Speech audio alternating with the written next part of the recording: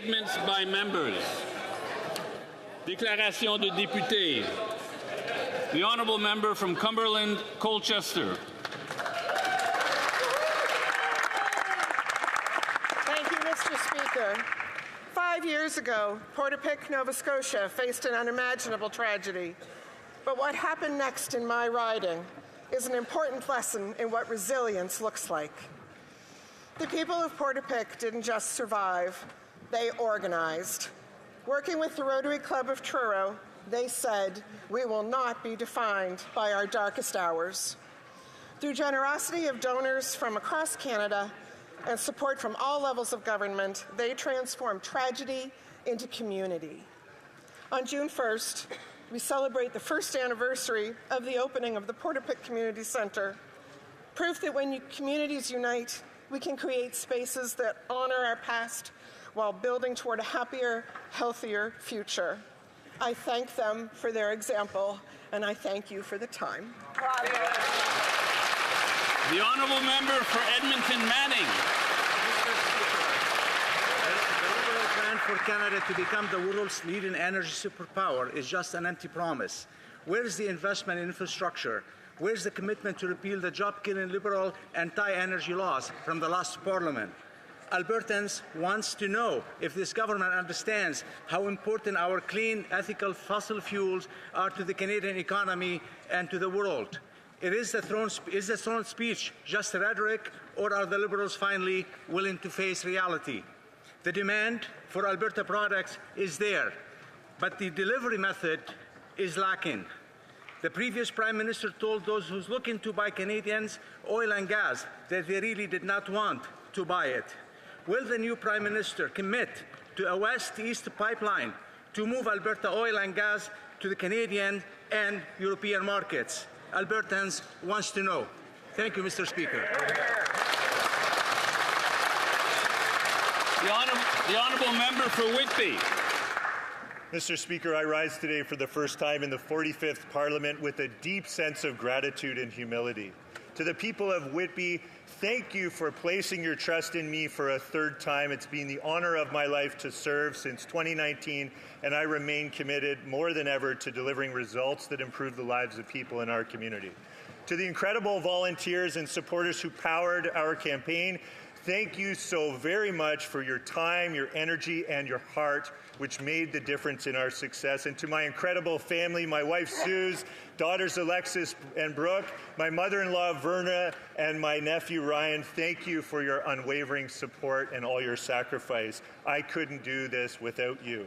Now, there are many challenges ahead, Mr. Speaker, but our priorities are clear. Protect Canada's sovereignty, address affordability challenges, keep communities safe, and build the strongest economy in the G7. I look forward to contributing to the hard-working team that will deliver results for Canadians.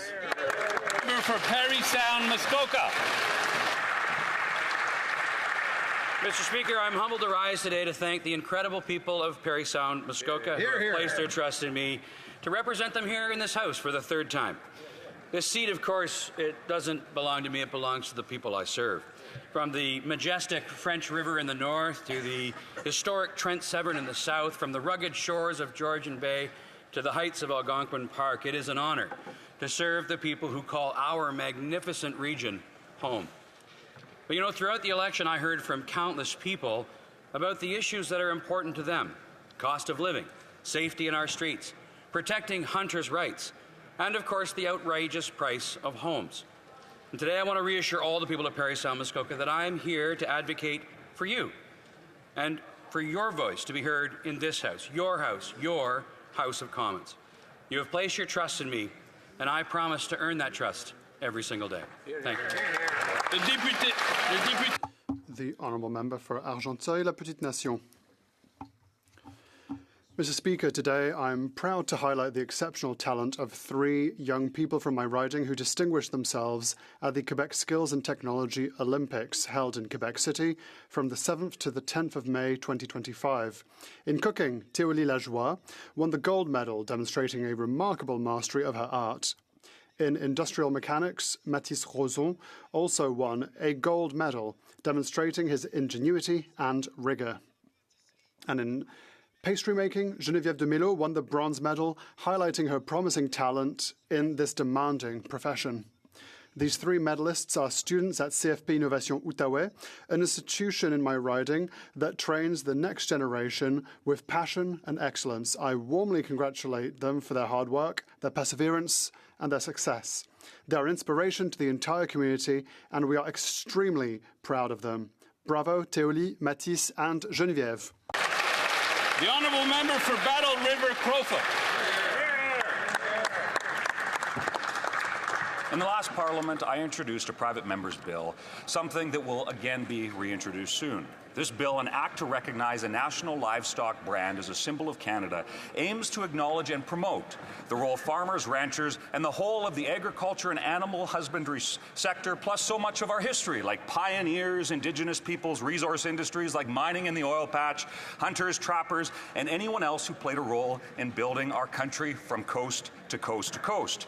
As I plan to step down as soon as possible, I hope to see this conversation on this important issue continue. This livestock brand is a heraldic symbol added to the national inventory of Canadian symbols, would be a fitting way to recognize a huge part of our country's history. At a time when national unity is at stake, this bill would be important to show that Western and frontier culture played and still plays a prominent role in the building of Canada. Conservatives get this? I hope the whole House will join in supporting this bill. The honourable member for Milton East, Halton Hills South. Thank you, Mr. Speaker. Today I share the story of the grades 4 and 5 classes at Glen Williams Public School in Georgetown, Ontario, and that of their dedicated teachers and parents who are actually visiting Ottawa today. These teachers assign their students to craft a letter sharing their vision for the future of Canada. The final product was so inspirational that it garnered national attention and a visit from the Prime Minister. I thank teachers across Canada who bring this type of civic education to their schools. I'm sure we can all agree that education is the foundation of a strong, united, compassionate country. Canada's youth should be able to look to their leaders to set a guiding example. It's certainly a reminder for me, Mr. Speaker, and I hope to my member colleagues to always lead with respect, integrity, and purpose, because the children are watching. L'honorable député de Berthier. The honourable member for Berthier-Masquine-Angers.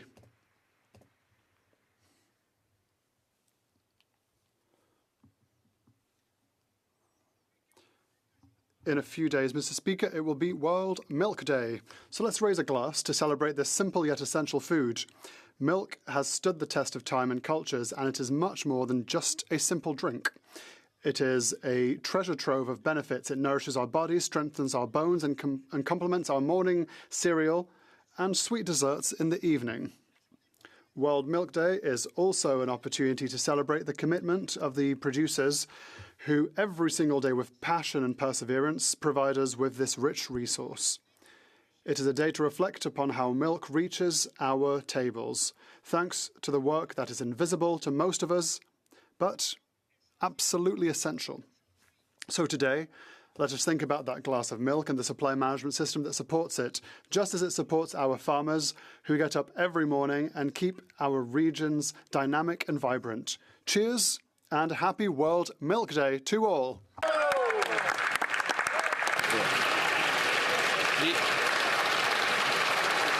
The honourable member for Bruce Grey, Owen Sound. Mr. Speaker, 100 years ago today, Albert Christian was born in Waterloo, Ontario. At age 17, he was in the local barber shop and overheard two older guys talking about heading to London, where they were going to enlist in the Canadian Army. Bert asked if he could tag along, which he did. Bert passed all the tests, exams, and interviewed, and was enlisted despite having lied about his age. Bert served in France, Belgium, Holland, and Germany with the Essex Scottish Regiment. It was in Germany that he fought on the front lines in the Hochwald Forest against the Nazis. Bert had 3 brothers that served in the war as well. All 4 brothers returned home from the war alive and well. Bert met another 4 brothers in Europe that were from Manitoulin Island who also returned home safe and sound. They invited Bert to join them when they returned to Canada, and he did. That is where he met his future wife, Maureen. At the age of 63, Bert retired to Owen Sound to be close to family. Bert had 2 children, David and Rick, and has 2 grandchildren, Candace and Corey. One saying Bert always says, old soldiers never die, they just fade away. And he still says that he would do it all again. Happy 100th birthday, Bert. Pro Patria. The honourable member for Richmond East, Stevenston. It's an honor to be elected, and I'm very grateful to the residents of Richmond East, Stevenston, for placing their trust in me once again to serve as their voice in this House. I dedicate this statement in memory of a childhood friend, Suki Baya, who sadly passed during the election. One election issue raised in our community was the urgent need for mental wellness and wraparound supports. May is Mental Health Awareness Month in Canada, and policymakers ought to be aware of the challenges Canadians face.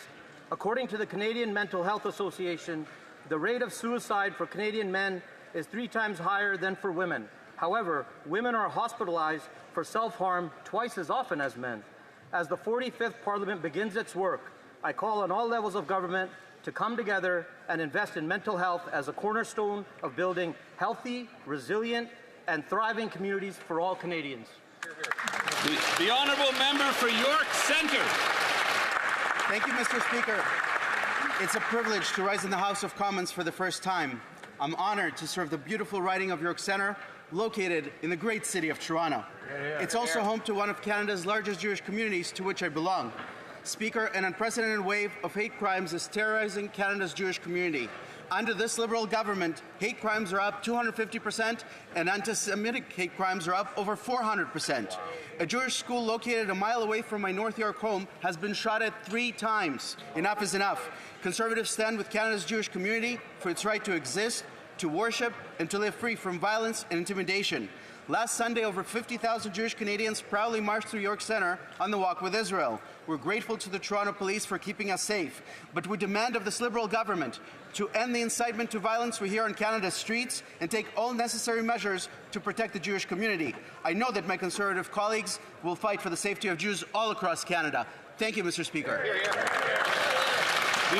The honourable member for Mississauga, Erin Mills. Congratulations, Mr. Speaker, on your election, and through you, welcome to all members of Parliament to this House. I look forward to working together as Canadians, serving Canadians. I also want to thank the people of Mississauga, Erin Mills, to my phenomenal team and volunteers for once again placing their trust in me. It's an honor to continue representing our beautiful community. Canadians have chosen a government led by our Prime Minister that's ready to meet the challenges ahead. Global instability, threats to sovereignty, and urgent pressures on housing and affordability. Our government has laid out a clear path, building a strong, inclusive economy, strengthening Canada's global role, and deepening ties with our allies. We're focused on delivering real results, creating opportunity, removing interprovincial trade barriers to build one strong Canadian economy. Let's get to work. Thank you, Mr. Speaker. The honourable member for Nanaimo, Ladysmith. Mr. Speaker, I wish my first intervention in the House on behalf of the people of Nanaimo, Ladysmith was under better circumstances. But our community is in crisis. In 2024, Nanaimo lost 94 people to overdoses, more than 3 times the number in 2016 when the BC government declared the opioids crisis a public health emergency. Families are grieving. Neighborhoods feel the weight of this tragedy. The safe supply experiment has failed. People are suffering. Crime is up. It has truly been a lost decade. Conservatives know that it is time to invest in treatment, to recriminalize hard drugs like fentanyl, and to provide real mental health supports, not taxpayer-funded drugs that fuel addiction. It's time for common sense solutions that restore hope and bring our loved ones home drug-free. The honourable member for Halifax. Merci, Monsieur le Président. Je prends la parole. I stand today, 1 month after my election, to thank the people of Halifax for having granted me their trust. It's the support of my community that has allowed me to access the House of Commons. A special place, known to the Mi'kmaq who cared for the land for millennia as Chibuktuk, or Great Harbour. It's one of Canada's oldest cities. It's home to Black communities predating Confederation and is the birthplace of responsible government. Today, Halifax is a hub of research, innovation, and technology. We're home to Canada's ocean supercluster, and we lead in climate action, shipbuilding, and global trade. We're a vibrant and fast-growing maritime city, and our greatest strength has always been our people. Haligonians are resilient, caring, and driven. As I take my seat in the chamber, I am honored to be their champion in Ottawa, and I'm ready to get to work. The honourable member for Elmwood, Transcona. Mr. Speaker, as I rise today, I want to thank my family, friends, volunteers, and the hardworking people of Elmwood, Transcona who place their trust in me and the Conservative Party. These are the Canadians who get up early, put on their boots, and build the country we love. I've been in their boots 18 years as a construction electrician, proud union member, and vice president of IBW Local 2085. The NDP and Liberals have abandoned unions. They have driven up inflation, housing costs, and taxes while supporting union-busting tactics. That's why more rank-and-file union members are turning to the Conservatives, many for the first time. Just weeks ago, we received support from local unions like the ILA, the UBC, IBEW, UA, Boilermakers, LIUNA, and many, many more. Conservatives are the party of blue-collar workers. We will keep working to earn and trust of Canadian workers and delivering strong, prosperous future they deserve. The honourable member for Carleton.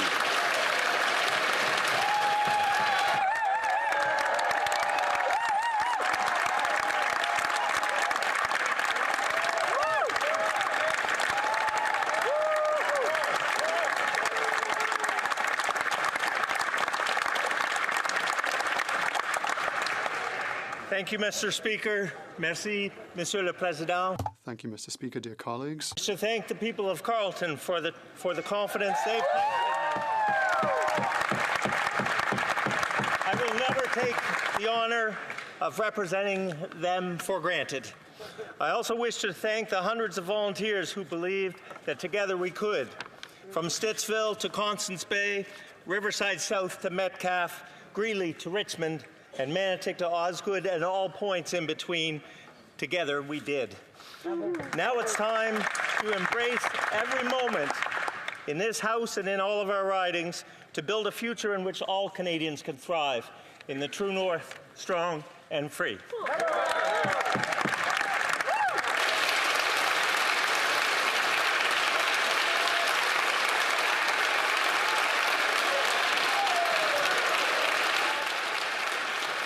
Questions. The Honourable Leader of the Opposition.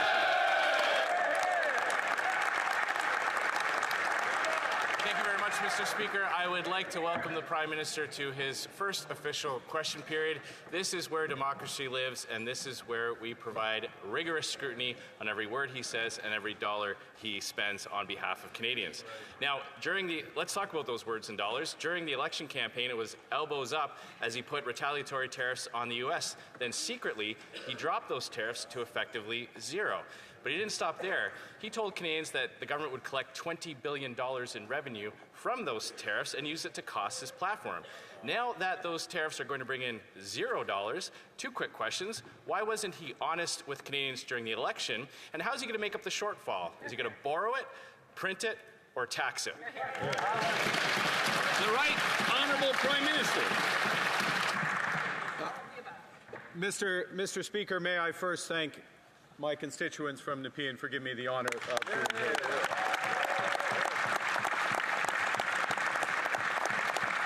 And could you also indulge me to say how great it is to see you in the Speaker's chair, and I trust that you're operating under the period of grace that will not be accorded to me. Appropriately, as the Leader of the Opposition just said. Mr. Speaker, our tariffs have maximum impact on the United States, minimum impact on Canada, and we are dedicating all the revenues from those tariffs to supporting the workers and businesses affected by the unjustified American actions. Hear, hear. The Honourable Leader of the Opposition. Well, he didn't take long to pick up old Liberal habits of not being able to answer questions. But since the election, Canadians have been inundated with grand rhetoric and pretty speeches from this Liberal Party, but they are still suffering under all those policies. Household debt up at record levels. Number of people who can't pay their mortgages increasing. Food bank use continuing to rise. Now TD Bank is forecasting a recession with hundreds of thousands of lost jobs. The PM said undoing the damage of the last 10 years would require great speed, but he's not going to table a budget for 6 months. If he's the man with the plan and the guy you hire in a crisis, why won't he table a budget before he goes on summer vacation? The Right Honourable Prime Minister. Mr. Speaker, I understand the member of the opposition is very busy, didn't have a chance to study closely the 100-day plan of the former member from Ottawa, Carleton, which did not include a budget. Our plan includes legislating. Our plan includes legislating for one Canadian economy and nation-building projects immediately to grow this economy, and we expect the support from all in this House. The Honourable Leader of the Opposition. They must be really afraid to come clean with Canadians if they're going to punt it off into the fall. But, Mr. Speaker, with the throne speech yesterday, Liberals have effectively admitted that it was their policies that caused the suffering for Canadians. Their reckless borrowing and massive deficits caused the inflation. The carbon tax drove up prices and drove away investment. And their anti-development bills chased jobs out of Canada. Now, the Prime Minister is claiming that somehow the Liberals have changed. Well, he has a chance to prove it to Canadians. If he's serious, will he tell Canadians that pipelines are part of his values by repealing Bill C-69, the No More Pipelines bill? The Right Honourable Prime Minister. Canada's new government is acting immediately to grow this economy. I just made my maiden speech in this House. Canada's new government, Mr. Speaker, is acting immediately to grow this economy, one Canadian economy out of 13, nation-building projects, one project office, working with the provinces to cooperate. We expect the support from the members opposite. Hear, hear. L'honorable député. The Honourable Member for Charlesbourg-Saint-Charles. Mr. Speaker, the Prime Minister campaigned on the slogan, the man with a plan, but the problem is that he's refusing to tell Canadians what that plan is. A budget would have been a plan. The Liberals are going to go over a year without tabling a budget. That's never happened since the 60s. But what we do know is that this Prime Minister is determined to spend even more than Justin Trudeau, and he's refusing to tell Canadians how he intends to spend their money. What is the Prime Minister trying to hide about this Liberal government's finances? Mr. Speaker, the new Canadian government has a plan. It has a daring plan, an ambitious plan to bring together the Canadian economy, have one economy instead of 13, and in order to create new projects to build this great nation. The Honourable Member for Charlesbourg-Saint-Charles. Mr. Speaker, what I'm seeing in front of me is the same ministers, the same government that's been in place for 10 years. We know the result of 10 years of this Liberal government. And what we have now, yes, is a new Prime Minister, but a Prime Minister with no plan. He said he had one, but he doesn't want to table a budget because he knows perfectly well that his plan is disastrous and that our public finances are in a terrible state. Will this Prime Minister commit to tabling a budget before the summer? The Right Honourable Prime Minister. Thank you, Mr. Speaker. This government will act immediately to cut taxes on the middle class by hundreds of dollars for the average family. We will also reduce or remove GST on new home builds. We have a plan, and we will be bringing in that plan immediately. The Honourable Member for Charlesbourg-Saint-Charles.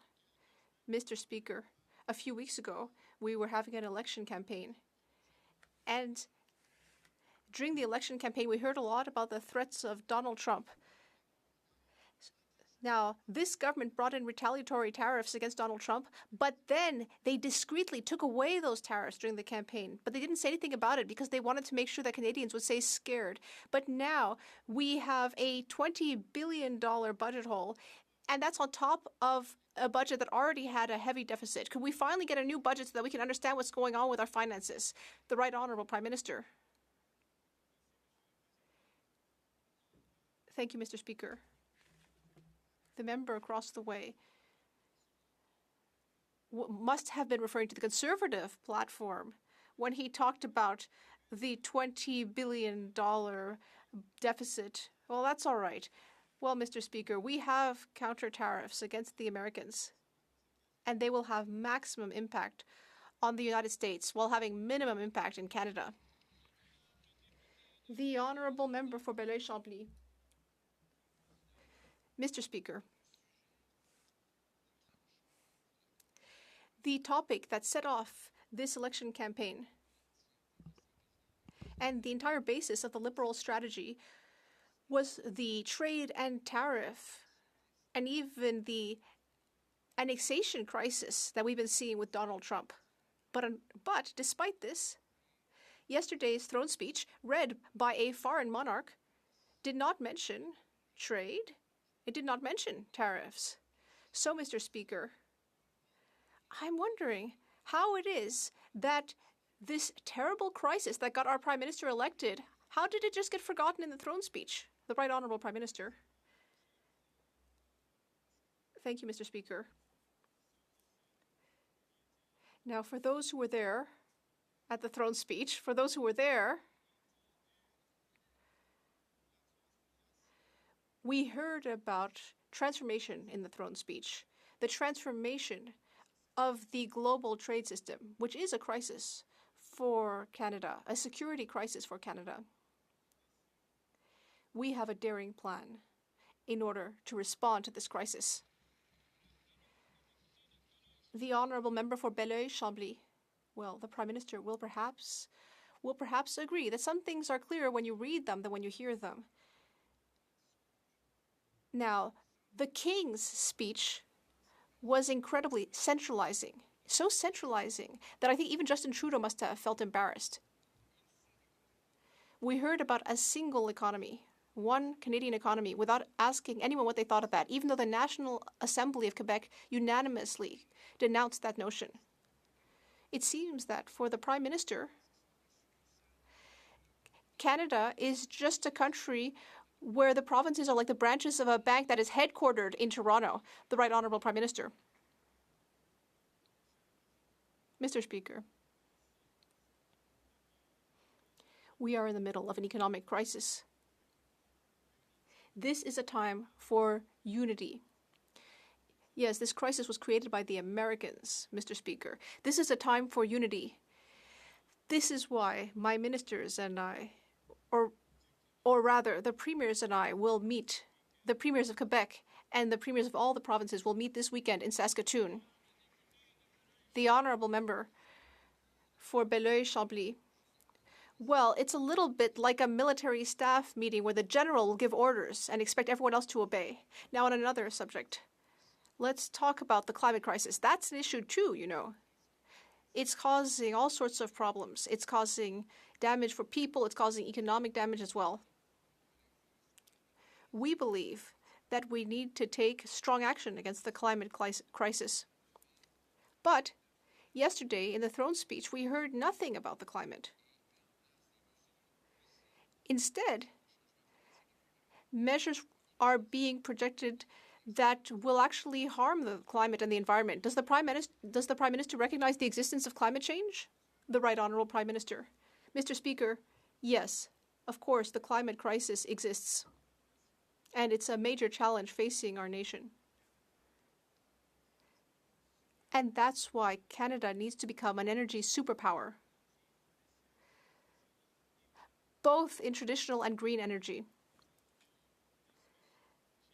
And that's why in Alberta, at the G7, next month, we will be holding a discussion on forest fires. Lakeland.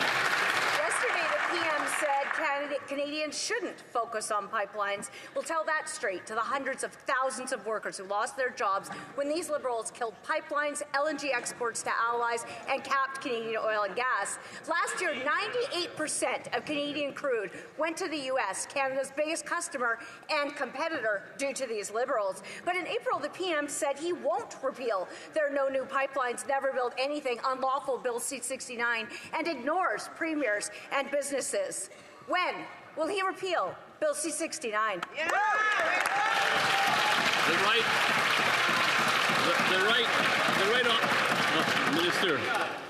Minister for Natural Resources. Resources. To rise in the House for the first time. I wish to thank the people of Markham Thornhill for their trust. I'm also thinking of my family. I'm also thinking of my family who have supported me from day one, and my parents who I wish were still with us. It's time to get many projects built here in Canada. We will cut red tape, fast-track projects, and approve them within 2 years. We will create jobs for Canadians and build the strongest economy in the G7. The honourable member for Lakeland. In 5 years alone, these Liberals killed 16 major energy projects and $176 billion in options to make Canada affordable, safe, self-reliant, and united.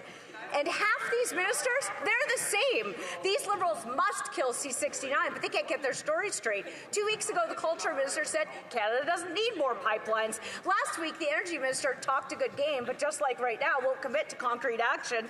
How can Canadians believe anything they say? Will they repeal Bill C-69, yes or no? Yeah!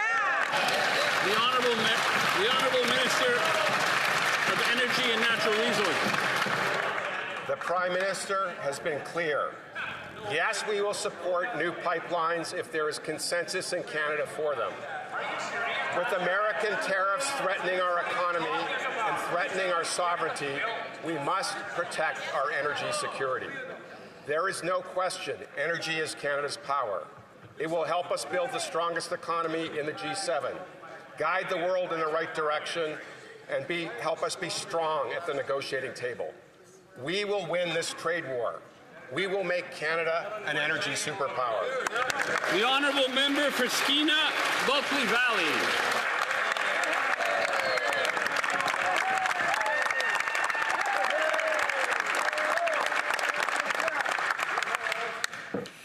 Over 9 years, the Liberals' anti-energy laws have weakened our country to the benefit of the United States. That's right. Canadian oil and gas piped to the United States provides jobs and revenues for Americans, but not for Canadians. But get this, it's at a discount. Canada's energy potential has been stalled by anti-energy laws from the Liberal government for close to a decade.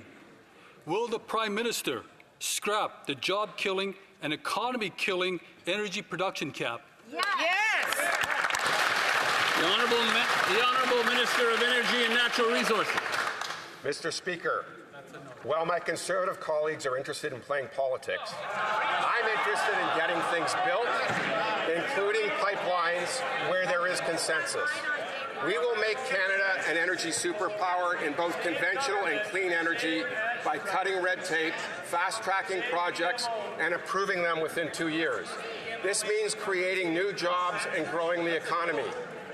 We can make Canada strong and protect ourselves from American tariffs if we work together with Indigenous partners, industry, and workers, but also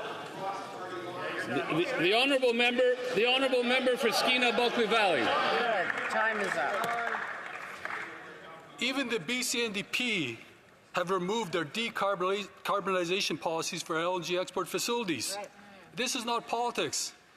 Even Canada's Parliamentary Budget Officer forecasts a $20.5 billion reduction in GDP and potential job loss of 54,000 full-time jobs under this energy production cap. Right. Canada's loss is America's gain. That's right. Yes. Again, to the Prime Minister, will the Prime Minister scrap the Canadian job-killing and Canadian economy-killing energy production cap, yes or no? Yes!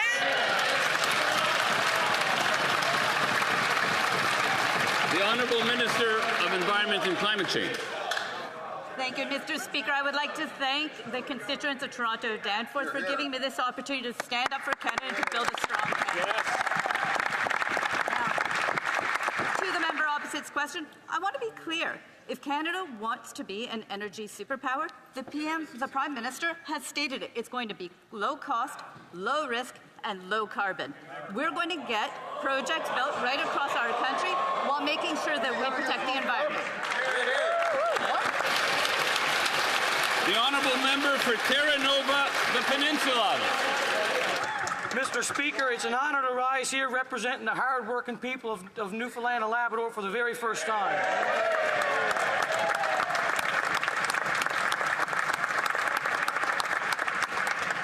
While my province of Newfoundland and Labrador has the highest unemployment rate in the country at nearly 10%, the industrial carbon tax is compromising our competitive edge and shifting our jobs abroad. Canada's energy, mining and forestry workers are pleading to have the industrial carbon tax removed. My question is, will this Prime Minister fully repeal the industrial carbon tax to create jobs at a time we need it the most? The Honourable Minister of Environment and Climate Change. Mr. Speaker, making sure that polluters pay is a central part of moving forward and being competitive as an energy superpower. When we look at other countries around the world, they have border carbon adjustments in place. They are looking to Canada to make sure that the energy that we provide is low risk, low cost, and low carbon. The honourable member for Elgin, St. Thomas, London South. Thank you, Mr. Speaker. The Liberals claim they want to make Canada an energy superpower, but they forget it's their record over the last decade that has decimated our energy sector and kept our resources in the ground. Their oil and gas production cap will kill tens of thousands of jobs and cost our economy $20 billion. Their industrial carbon tax will cost Canadian businesses and consumers and make Canada less affordable and less competitive. Their legislation, Bill C-69, is blocking energy infrastructure and making us more dependent on the United States. The solution is easy. Will the Prime Minister repeal Liberals' costly anti-energy laws?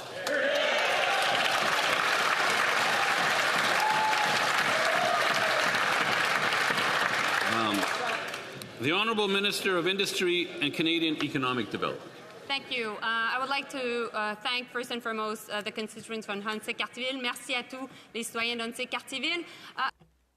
We know that we are in a trade war that has been launched by the U.S. and we know that hardworking Canadians are feeling the grunt of this trade war, particularly in the manufacturing sector, particularly in the auto, steel, aluminum sectors, and we continue to fight for them. That's why we will make sure that we invest in them, that we work on making sure that we attract the investments across the world while making sure that we grow the fastest economy of the G7. L'honorable député de... The honourable member for Chicoutimi-Le-Fjord. Mr. Speaker, throughout the campaign, the Prime Minister kept saying that he was open to new energy projects.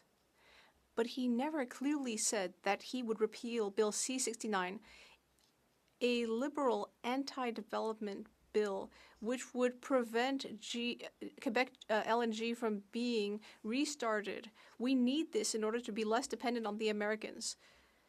Will the Prime Minister listen to Quebec's rural regions and repeal C-69?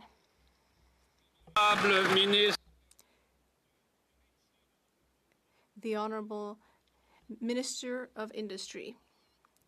Well, I'm looking forward to working with my colleague at a time when we're facing the American trade war. I'm looking forward to protecting jobs both in Quebec and everywhere in Canada, especially in the aluminum sector, for example. There is aluminum in my colleague's riding. We will attract new investment. We will create jobs here and throughout the country, and we will have the strongest growth level in the G7. The Honourable Member for Pierre Boucher, Les Patriotes Verchères. Mr. Speaker, there is a Léger poll that shows that 87% of Quebecers feel completely detached from the monarchy. And that's why the National Assembly of Quebec unanimously adopted a motion asking for all of Quebec's links with the monarchy to be abolished. In Quebec, we are Democrats, not monarchists. But on the other hand, the Liberals Well, the first thing they did after the election was to invite the King of England to parade around at a cost to Quebecers, a cost of millions of dollars. Do the Liberals realize that the very first thing they did in office proves that they are completely disconnected from Quebecers? The Honourable Minister of Identity and Canadian Culture. I'd like to thank my constituents who have enabled me to be standing up here for a third consecutive mandate. And I'd also like to remind my colleagues from the Bloc that it's always the UK Crown that reads the speech, that there's nothing different there. But this time the King came to read the speech, which is an honor for many Canadians and also many Quebecers. And I'd also like to remind my colleagues from the Bloc that we are a sovereign country. Sovereignty is a concept that they should understand. Isn't that so? We're seeing two different narratives on housing. What? That's what I thought.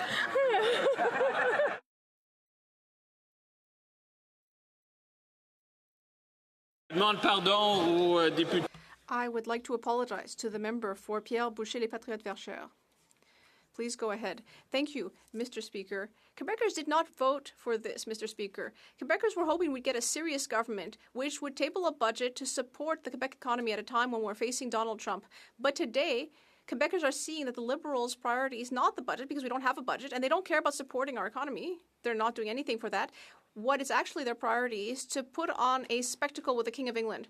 You know, whenever the Bloc Québécois talks about the monarchy, the Liberals say that we're ignoring the really important topics. Well, then why aren't they prioritizing important topics like the budget instead of wasting millions of dollars on royal pomp and circumstance?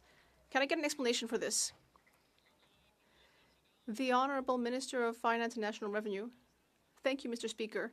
I'd like to start by thanking my constituents for electing me to a fourth mandate, and I intend to fulfill my mandate with conviction, humility, and passion, Mr. Speaker. And yes, we are focusing on important topics. My colleague must be asleep at the switch. The first thing we're going to do is to reduce taxes for 22 million Canadians.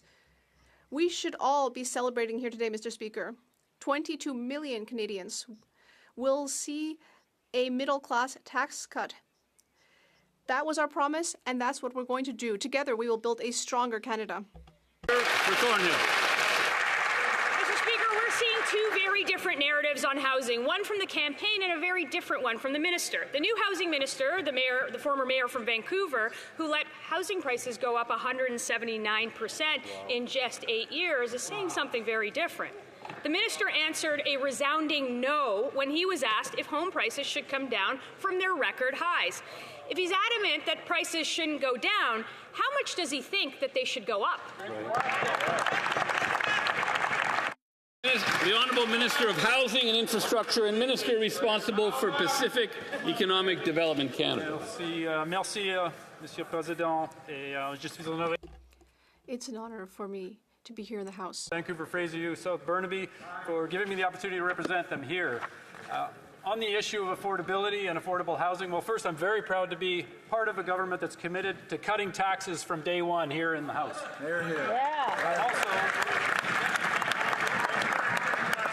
I'm also looking forward to pursuing the most ambitious affordable housing plan in the history of Canada, delivering a GST cut to first-time home buyers and ensuring we bring the development costs down.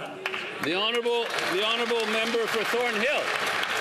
The minister ought to know that the housing market is already in chaos. Sellers can't sell and buyers can't buy. It's proving out. Only 310 houses were sold across the entire GTA. That's a staggering 89% below 10-year average. Lower supply, higher prices spells more trouble for Canadians. So instead of building homes and bringing the cost down, he's actually building more bureaucracy. So we know that housing prices went up 179% when he was in charge of housing in Vancouver. How much higher are they going to get when he's in charge of housing for the entire country? The Honourable Minister of Housing and Infrastructure and Minister responsible for Pacific Economic Development Canada. Thank you, Mr. Speaker. To the member, it's not about reducing the value of an individual's home or senior's home. The member may wish to force seniors to sell their homes for less. We're going to focus on building more affordable housing and delivering a cut to the GST to first-time home buyers. The Honourable Member for Parry Sound, Muskoka. Mr. Speaker, the sale of new homes in the GTA just hit a 7th straight month of record-setting lows. Only 310 new homes were sold in the GTA in April. That's a 72% drop over last year and an 89% drop in the 10-year average, with condo sales plummeting 94%. Wow. The report warns that there will be a massive housing shortage in 2 years. Prices are too high for buyers and they're too low for sellers. So can the Prime Minister tell us what he plans to do to help the buyers that cannot afford to buy and the sellers that cannot afford to sell? L'honorable ministre des Finances et du Revenu national. It's good to be back, and in fact, the Conservatives have not changed, Mr. Speaker. They should listen more. My colleague was very clear about what we're doing. We're eliminating GST for first-time home buyers, Mr. Speaker, in the country for houses up to $1 million. We should all celebrate, Mr. Speaker, and we expect the Conservative to support the Ways and Means motion we have put, Mr. Speaker, because this is how we can help Canadians. Thank you, Mr. Speaker. Honourable member for Parry Sound Muskoka. Well, Mr. Speaker, tax relief is certainly welcome, and it's frankly long overdue from this government, but the meager tax cuts that they're talking about will save families $70 a month. We're dealing with families that are looking at $5,000 a month mortgages or more. Equifax is reporting that the mortgage delinquencies in Ontario are at the highest level ever recorded. They're up 70%, Mr. Speaker. This is not a coincidence. It's certainly not a surprise. So instead of building a third federal housing bureaucracy, why don't we just get more homes built? L'honorable ministre des Finances. The Honourable Minister of Finance and National Revenue. Speaker, in one end, it's encouraging that we hear the Conservative will support our motion, but it's concerning to hear a member, Mr. Speaker, to really talk down a measure that will help 22 million Canadians in this country, Mr. Speaker. This is shocking. This is up to $840 for a family with 2 incomes, Mr. Speaker.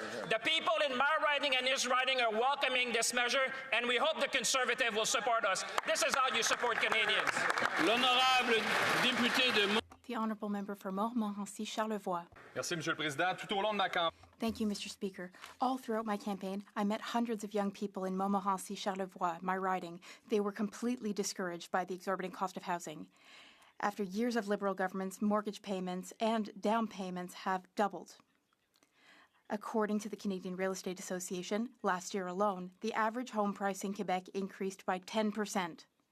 And yet, on his first day in office, the Minister of Housing told Canadians that home prices were fine.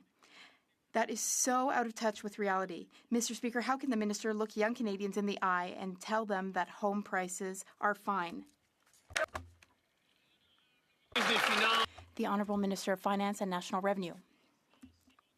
Mr. Speaker, if my colleague had been listening today, he would have heard that there is good news for Canadians. We will cut GST for first-time home buyers up to $1 million, Mr. Speaker.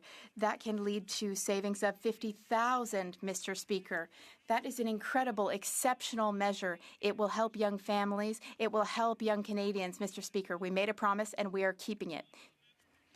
Shore St. Margaret. Speaker, last month voters in my riding of beautiful South Shore, St. Margaret's, voted for change. A change to address the cost of living and a change to address the cost of living, which has eroded Canada's quality of life. They voted for a change that puts more money in their pockets, and they voted for change that builds more affordable Canada. As we build the strongest economy in the G7, we need to ensure that we leave no Canadians behind. Mr. Speaker, my question is, could the Minister of Finance and National Revenue please share with this House how the government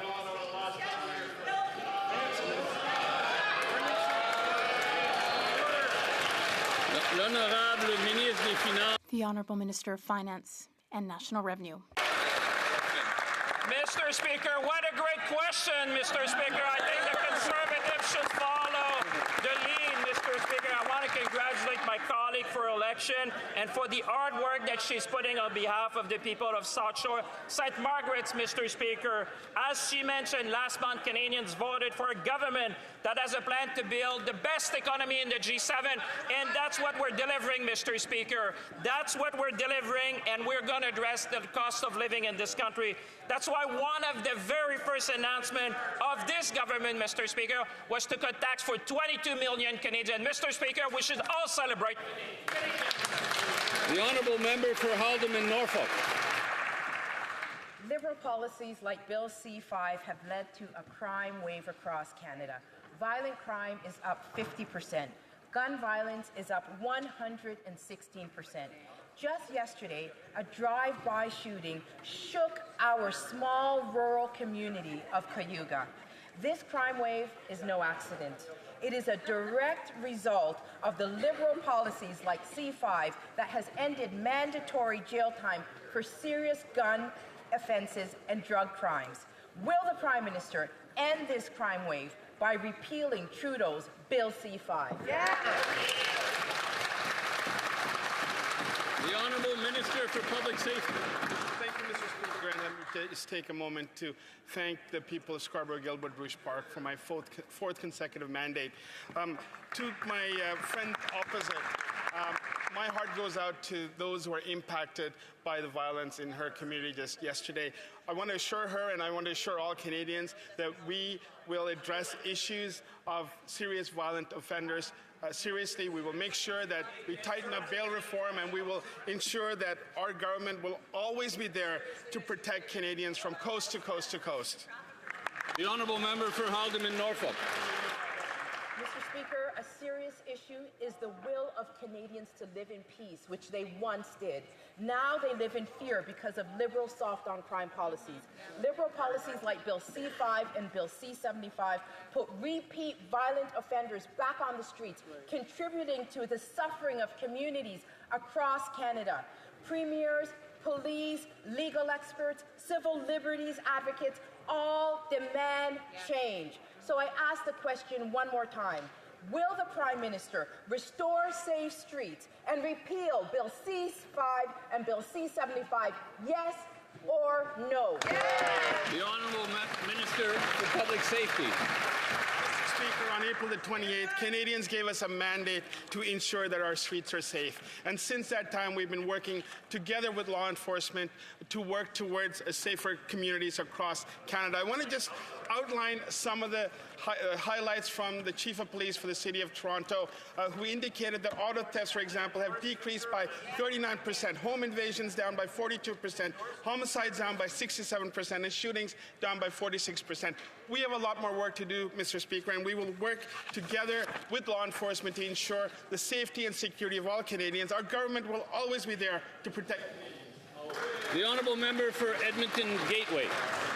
Mr. Speaker, families across Canada feel helpless because these Liberals have done nothing to stop violent crime rising across the country. They stick with their ideological soft-on-crime policies, and that is why extortion gangs are targeting Canadian businesses and their families. In fact, just this month, we've seen more shootings, arson, and even a murder potentially linked to extortion. Yet Canada still has no mandatory minimum penalty for extortion. So will the Prime Minister work with Conservatives to bring in the same legislation that I brought in last Parliament to bring in tougher penalties for extortion?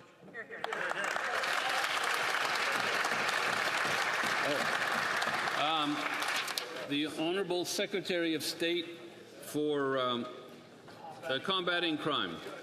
Thank you, Mr. Speaker. You heard it in the throne speech yesterday. It is a top priority of this new government. We are partnering with police services across this country to fight organized crime. We'll make it tougher for violent criminals to get bail. We'll impose stricter sentences for repeat offenders.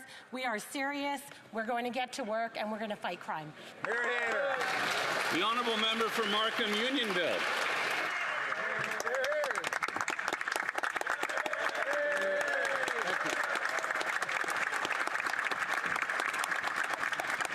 Mr. Speaker, since 2016, nearly 50,000 Canadians have died from the opioid crisis. Over 80% of accidental opioid deaths involve fentanyl. It takes just 2 milligrams of fentanyl to kill someone. Mass fentanyl production is mass murder. But liberal laws let the monsters who kill our people walk free. Conservatives are proposing to give mandatory life sentences for anyone involved in the trafficking, production, and distribution of over 40 milligrams of fentanyl. Will the Prime Minister crack down on fentanyl production and give life sentences for drug kingpins committing mass murder? Minister for Public Safety. Mr. Speaker, let me just first welcome my friend opposite to the House. Fentanyl has torn every community across Canada and North America, Mr. Speaker. It's something that everyone in this House is impacted by. We're accelerating our work to crack down and dismantle the fentanyl trade and organized crime that profit from it. That's why we listed 7 cartels as terrorist entities under the criminal code. I'm working so closely with Kevin Brasseau, Canada's fentanyl czar, at home and abroad, to put laser-sharp focus on dismantling fentanyl rings. We will work together in order to address this issue. Our government will always be there. The honourable member for Brampton West. Mr. Speaker, soft on crime, Liberal Bills C5 and C75 have unleashed crime waves in Brampton and across our country. Violent crime up 50%, auto theft up 50%, extortion up 400%. The out-of-touch public safety minister said during the campaign that there was nothing wrong with the bail system. Repeat offenders should be in jail, not out on bail. Does the Prime Minister agree with his minister, or does he stand with frontline officers like Peel Police to bring in bail reforms? Honourable Secretary of State for Combating Crime. Thank you, Mr. Speaker. We stand with all our frontline officers, with Peel Regional Police and all police agencies across this country. We're partnering with their services, and we're going to fight organized crime. We'll make it tougher for violent criminals to get bail, impose stricter sentences for repeat violent offenders. And the chief has reported, the chief of police for Toronto, that auto thefts have decreased by nearly 39%, home evasions down 42%, homicides down 67%, and shootings down 46%. And we'll continue to be tough on crime. The honourable member for Leeds, Grenville, Thousand Islands. Before taking office, the Prime Minister helped establish multi-billion-dollar investment funds that were placed in offshore tax havens. Now he's shielding those investments from public scrutiny with a blind trust that hides but doesn't remove potential conflicts of interest. Now, Canadians are lined up at food banks in record numbers. They can't pay their rent, but they are paying their taxes, and they want to know if the Prime Minister paid taxes on his investments. So can the Prime Minister, who I welcome here today, confirm that none of the investments that he placed in the blind trust were previously held in offshore tax havens? Hear, hear. The Honourable Government House Leader. Speaker, as you know, the Prime Minister has followed all the rules even before they were required. He'll continue complying with all the rules. Opposition members like to distract Canadians with these hypotheticals and conjured scenarios. The fact is we have a Prime Minister, a new government, hard at work at creating opportunity for Canadians, the strongest economy in the G7, and reducing taxes. The opposition don't like that so much, so they dig dirt on day one. Shame on them, Mr. Speaker. We're going to continue our work. The honourable member for Leeds, Grenville, Thousand Islands, Rideau Lakes. Canadians don't want an explanation in how to bend over backwards to fit through ethical loopholes. They want to be reassured that after a decade of serial ethical law breaking, that they can have confidence that the Prime Minister is going above just the basic minimum standard. So the Prime Minister, again, who I welcome to the chamber, can he stand up and just assure Canadians that none of the funds that he had previously were held in offshore tax havens? And can he tell Canadians what those investments were in when he sat at his first cabinet meeting? The Honourable Government House Leader. Speaker, Canada has among the most stringent ethics guidelines in the world. The Prime Minister has complied with those ethics guidelines and surpassed the requirements contained in those ethics guidelines. What the Prime Minister is busy doing is not what this member is busy doing. What the Prime Minister is busy doing is creating opportunity for Canada, standing up in a trade war against the United States, reducing our taxes, building new homes, jobs and creating the strongest economy in the G7. That's what we're up to. The Honourable Member for Mégantic-L'Érable-Lotbinière. Mr. Speaker, how can we know for sure that the Prime Minister is not just making more opportunities for himself? Why is the Liberal Prime Minister so reluctant to disclose to Canadians the full extent of his personal wealth? Why so many secrets? We know that just before becoming Prime Minister, he set up, for his company, Brookfield, 2 multi-billion-dollar funds in notorious known tax havens so that the company wouldn't have to pay taxes in Canada. Can the Prime Minister confirm here and now that he has no assets and no financial interests in offshore tax havens? The Honourable Government House Leader. Mr. Speaker, it didn't take long for the Conservative question period machine to run out of material. What we're doing is creating jobs, creating a strong economy, standing strong against the United States. The Prime Minister exceeds all the requirements of the Code of Ethics, which is the most demanding of all of its kind in the world. The Conservatives, Mr. Speaker, they love to dig for dirt. Meanwhile, on this side of the House, we are creating opportunities for Canadians. The Honourable Member for Mégantic-L'Érable-Lotbinière. Well, it didn't take the Liberal government long to start doing things the exact same way that the last Liberal government did.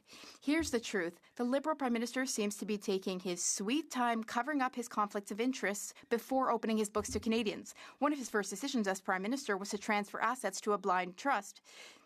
And he claims that by magic, overnight, he will forget about all of his financial assets. As if the only ones who don't know are Canadians. Will the Prime Minister come clean and disclose all of his financial assets as well as the conflicts of interest held in his trust? Yes or no? We need an answer now. The Honourable Government House Leader. Mr. Speaker, Canadians can be assured that this Parliament and our institutions are governed by the most demanding ethics code in the whole world.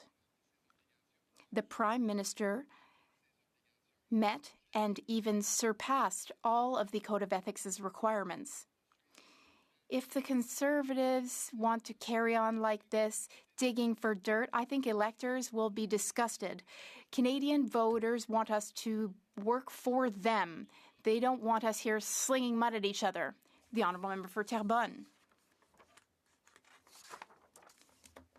Mr. Speaker, for too long, trade barriers have stifled the development of one Canadian economy.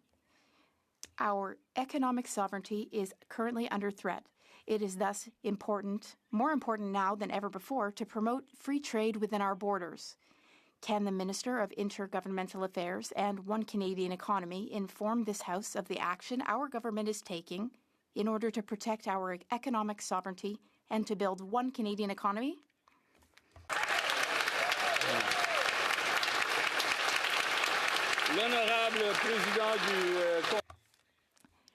The Honourable President of the Treasury Board, U.S.-Canada Trade, Intergovernmental Affairs, and One Canadian Economy. Thank you, Mr. Speaker. I would like to thank my colleague, the member for Terrebonne, for her excellent question. We recently campaigned on a commitment to build one Canadian economy, not 13 economies. By Canada Day, Mr. Speaker, we will table a bill which seeks to eliminate all federal barriers to internal trade. We also commit to working with provinces and territories in order to fast-track projects that are in the national interest. Mr. Speaker, that's how we intend to build the strongest economy in the G7. Canada is in an economic crisis without any plan because the Liberals shut this place down for half the year to avoid accountability. And now the Prime Minister says no budget before fall. With record-high food bank usage, a rise in the number of those using those food banks that are fully employed, a rise in mortgage delinquencies, TD Bank now also predicts that over 100,000 Canadian jobs will be lost due to a looming recession. Given all of this information, how is it even possible the Liberals won't table a budget this spring? L'honorable ministre des Finances. et du revenu national. I welcome the question from my colleague, Mr. Speaker. We're being very clear that there will be a budget in early fall of this year, Mr. Speaker. But in the meantime, why we should celebrate, and we just see now that the Conservatives are going to support our motion, Mr. Speaker. Now this is a good thing, Mr. Speaker. Now Canadians will see that in this House of Commons, we need to do things for them. The first thing that we presented, that we promised and we're delivering, is a tax cut for the middle class, Mr. Speaker. 22 million Canadians will having a tax cut, Mr. Speaker. This is what we've been elected for. We're going to fight for Canadians. Every day, Mr. Speaker, is a good day to fight for Canadians. The honourable member for Calgary East. The Prime Minister sloganeered on a plan, yet refuses to tell anyone what that plan is. He's overseeing the longest period without a budget since the 1960s outside of COVID. Uncertainty about spending and their debt that they're going to accumulate scares away investors, small businesses, and Canadians during a cost of living crisis. We know that this Prime Minister is going to spend more than Justin Trudeau. Why won't they be clear with Canadians and let them know how much more inflation and interest rates are going to go up because of all their spending? Hear, hear.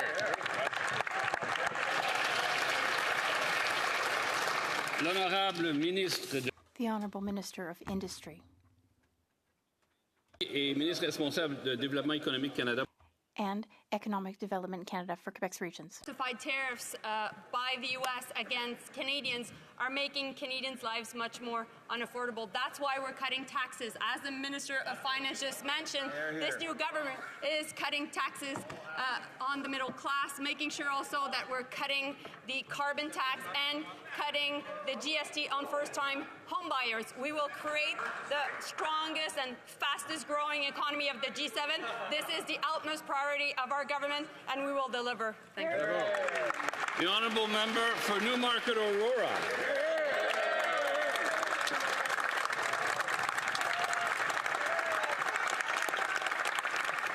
The Prime Minister claimed being the man with a plan.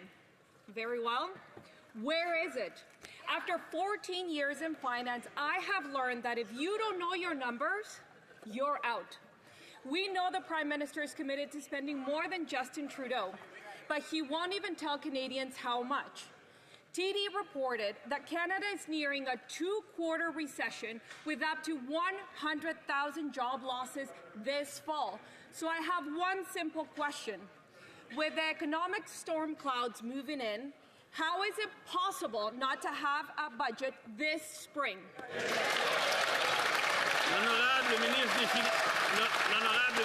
The Honourable Minister of Finance and National Revenue. Speaker, I have one simple answer. We have a plan, and it's a plan in action, Mr. Speaker. I welcome this member to the House of Commons.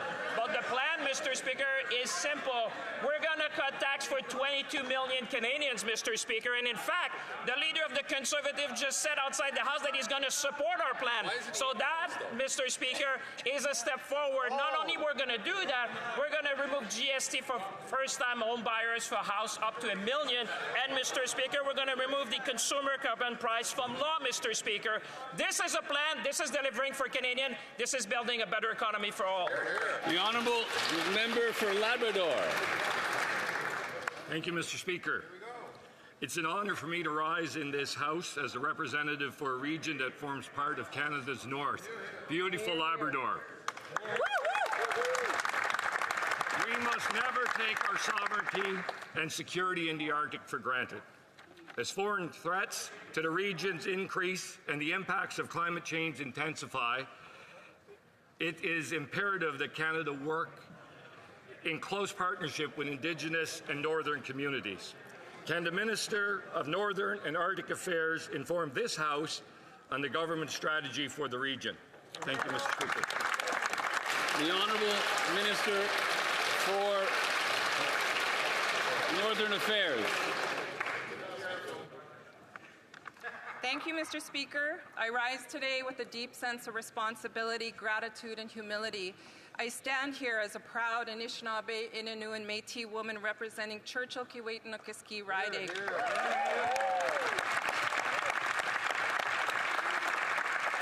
Ensuring Ensuring a Canada that is strong and free and defending the Arctic and the people living there is a top priority for this new government. We will strengthen the presence of the Canadian Armed Forces, detect and deter early warnings with radar coverage, and invest in the necessary housing and infrastructure. And we'll do this all by working with Indigenous and Northern partners every step of the way.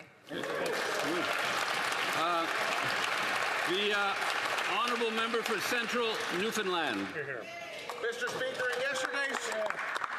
Speaker, in yesterday's throne speech, the Prime Minister reaffirmed his commitment to persecute the fishing and aquaculture industries with Liberal policy to close down 30% of fishing grounds by 2030. The 30 by 30 Marine Protected Areas agenda was developed by the United Nations in conjunction with foreign activists, and this government signed it. So how can the Minister of Fisheries support shutting down the productivity of the fishing industry and the aquaculture industry that means so much to coastal communities throughout Canada, given the impact that it'll have on our very own province? The Honourable Minister of Fisheries. Thank you, Mr. Speaker, and I want to thank the people of St. John's East for continuing to put their trust in me, and I also want to congratulate my colleague from across the aisle. This government continues to understand the cultural and the economic importance of the fisheries. And I can tell you that I am very humbled and proud to be responsible for this file. And I will also assure the people of Canada and certainly my colleague across the aisle that the fisheries remains an important ministry in the government, and I will do all that I can to ensure that harvesters, industry, and communities are protected. The honourable member for Vancouver Kingsway. Mr. Speaker, Canada's unemployment rate has surged to 6.9%, the highest in 8 years outside the pandemic. Alarmingly, youth unemployment is more than double that. And now, the OECD is warning that Trump's trade war will cost Canada even more jobs this year. Mr. Speaker, Canadians are worried about their futures. What immediate steps will this government take to bring the jobless rate down and protect Canadian workers who will be hurt by Donald Trump's tariffs? Okay, the honourable member, the honourable minister for Jobs and Families and minister responsible for the Federal Economic Development Agency for Northern Ontario. Thank you, Mr. Speaker. It's an honour to rise and represent Thunder Bay Superior North for a fourth term in this House of Commons. This government is very focused on protecting workers and in making sure that youth and indeed workers of all ages have the skills and abilities to thrive as our economy transitions. I will work closely with my partners, indeed members across this House, to make sure that all Canadians have an opportunity to thrive as we see economic change.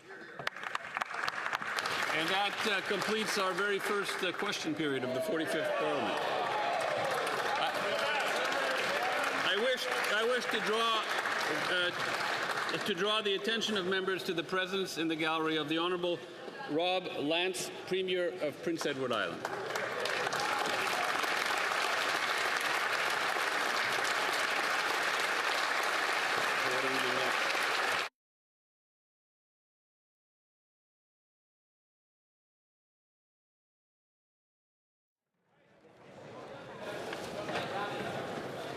No points of order, so we'll go to...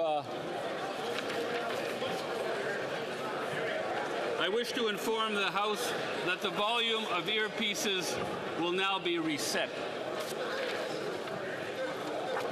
We'll now go to routine proceedings. But first, I would like to table a couple of documents. I'd like to table the Canadian Human Rights Commission 2024 annual report. In French too.